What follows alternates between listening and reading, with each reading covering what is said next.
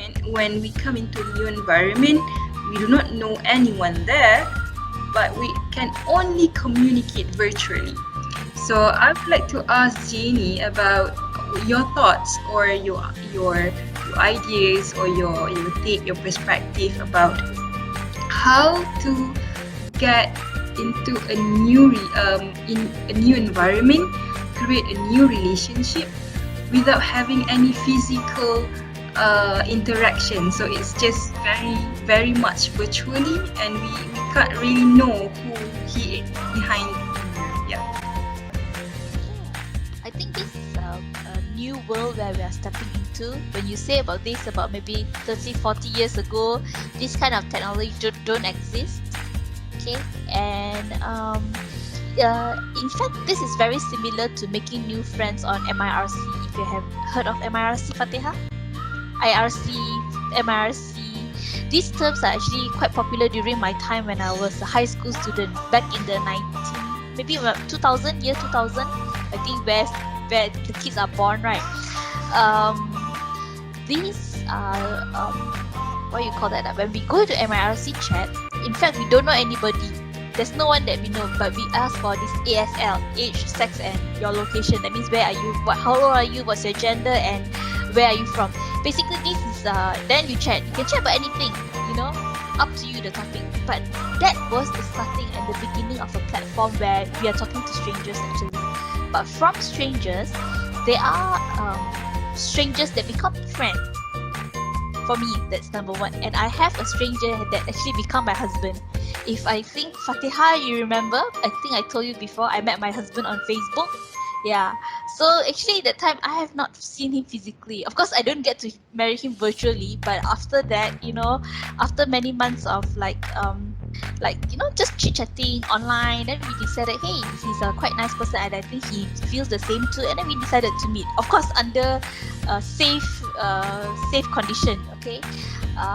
That's the first thing that happened. And if you ask me how to feel, I think the younger generation actually, in fact, they are trained in this condition to meet people online. Okay, it may not be the same like how we meet face to face, but do remember that this is not forever. When things get better, when you return to your classes, then perhaps it will be the time you meet your friend that you know by name the first time. Will it be awkward, Jenny? At first it will be, but when you start talking back and the topic seems to click, and it's okay. I feel that it's okay. Yeah, it's just a matter of time actually. Yeah. And last time we don't even have video. If you want to have video calls, you have to have a separate dash cam or not dash cam, sorry. It's a camera that you have to attach to your PC or something. So like now, laptops are built in with cameras. Last time we used desktop, so there's no camera. So if you want to have a camera, you have to buy an additional camera to link to the desktop.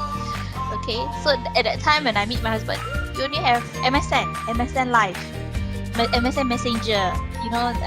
These things are actually obsolete now. No more already. Yeah, so I think the younger generation will do good because they are born in this era. Where technology is all about. Imagine if this COVID-19 happened like 20 years ago. How are we going to struggle with this challenge, And at that time, internet connection is by dial-up. It's not even like now you have streamings that the line unify. It's much faster and all. It is in the basis of every relationship.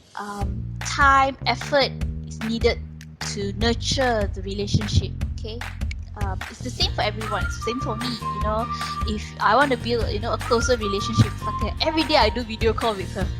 I'm sure we will progress to something. Ask her, how are you? But the thing is, I think she'll be bored lah. Every day, balik-balik muka orang ni. So are you saying that we have to expand, not only focusing only for one person, but we connect with more people? Yeah, but I think I always believe this, one at a time. Because if too many, first you get too overwhelmed. Second, you cannot remember their names. It's like meeting people. Maybe online, down the video there, like Zoom, they have the name there. You know who to call and all. But I think if you are too many, I still have this challenge. You cannot remember their face, you cannot remember their name. One by one. Of course, you cannot just only have one.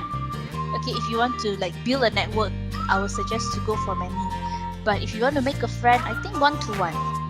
You can, and then when you're good with one, you go for the second one.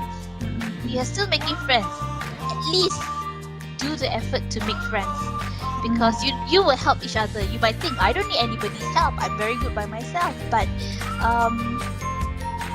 no man is an island. Okay, we always need someone to actually help us through. Maybe you can help someone. If you have the ability to help someone, then help someone. Yeah.